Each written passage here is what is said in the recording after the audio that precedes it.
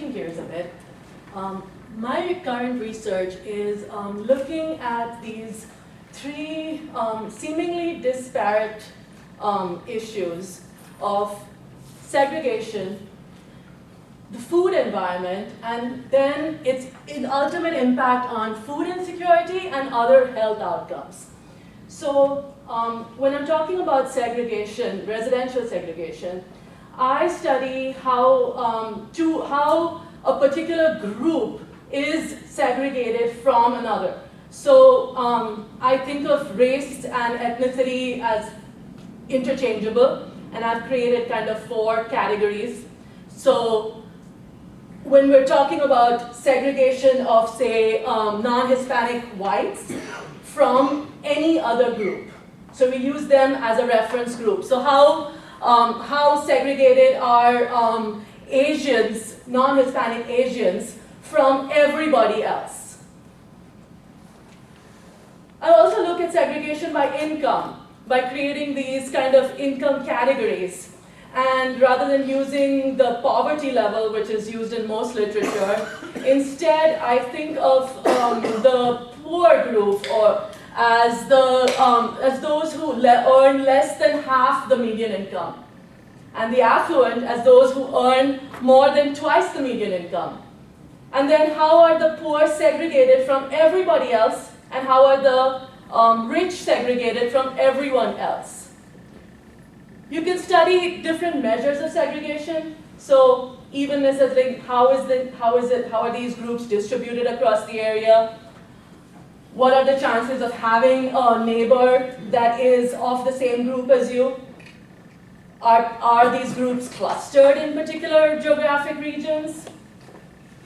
Are they centralized towards, say, it used to be that people were centralized towards the central business district. With suburbanization and with movement across, particularly as our industries have kind of changed over time, we see now that groups are not really segregated in specifically inner city anymore. We have people who are segregated in suburbs. We have people who are moving outside of the core. Concentration used to be the way that most people talked about segregation. Here's this group that's in a particular area and we see a greater concentration of them, therefore they must be segregated. And when you talk about the food environment, there are several different ways that people can think about that as well. Most of the time when we're talking about food, it's simply a very binary, is this available or is it not? Instead, what my research is looking at is what is available. Is it healthy food that's available or unhealthy food that's available? Because just having access to a store does not necessarily mean that there is access to quality food. So I measure the food environment 2 different ways. I look at it as a density measure of how are the number of healthy food outlets proportion to the number of unhealthy food outlets. So if, for example, if you have a really high R score, one of the metrics I use, that means that there's access to healthy outlets is better relative to unhealthy outlets. Apart from just sheer numbers and just density, there's also a proximity measure. So is the closest healthy outlet closer to you than the closest unhealthy outlet? And if you have that score, that means that you probably have a propensity of going closer to get healthy food. And what I'm looking then is at all of how are these things related to each other. There's a propensity of research on how these socio-demographic characteristics, structural economic characteristics, all of this relates to residential segregation, how it affects the food environment, how it in turn affects food security. What we're not looking at specifically is how does segregation affect the food environment, and then how does that in turn lead to food insecurity. So what I do see is that more segregated metros actually have relatively fewer healthy food options.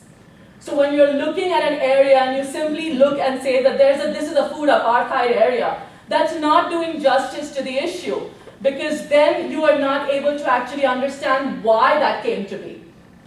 So I also look at it from a county level analysis, and I see the same issues at the county level. I'm looking through, if you look at the DC, Maryland, and Virginia area, these maps don't overlay.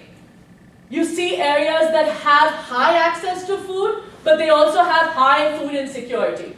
And so what my research is actually showing then is that there is a direct relationship with how food insecurity is related to residential segregation. Higher residential segregation actually leads to higher measures of food insecurity for African Americans. It does not play out for Hispanics and Asians.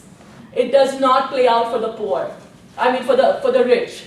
So it means that residential segregation is actually benefiting some groups because maybe the market is working to help them out, but it's not benefiting those that are suffering the most with the highest percentage of food insecurity. And so we need some kind of market intervention which the market will not take care of itself.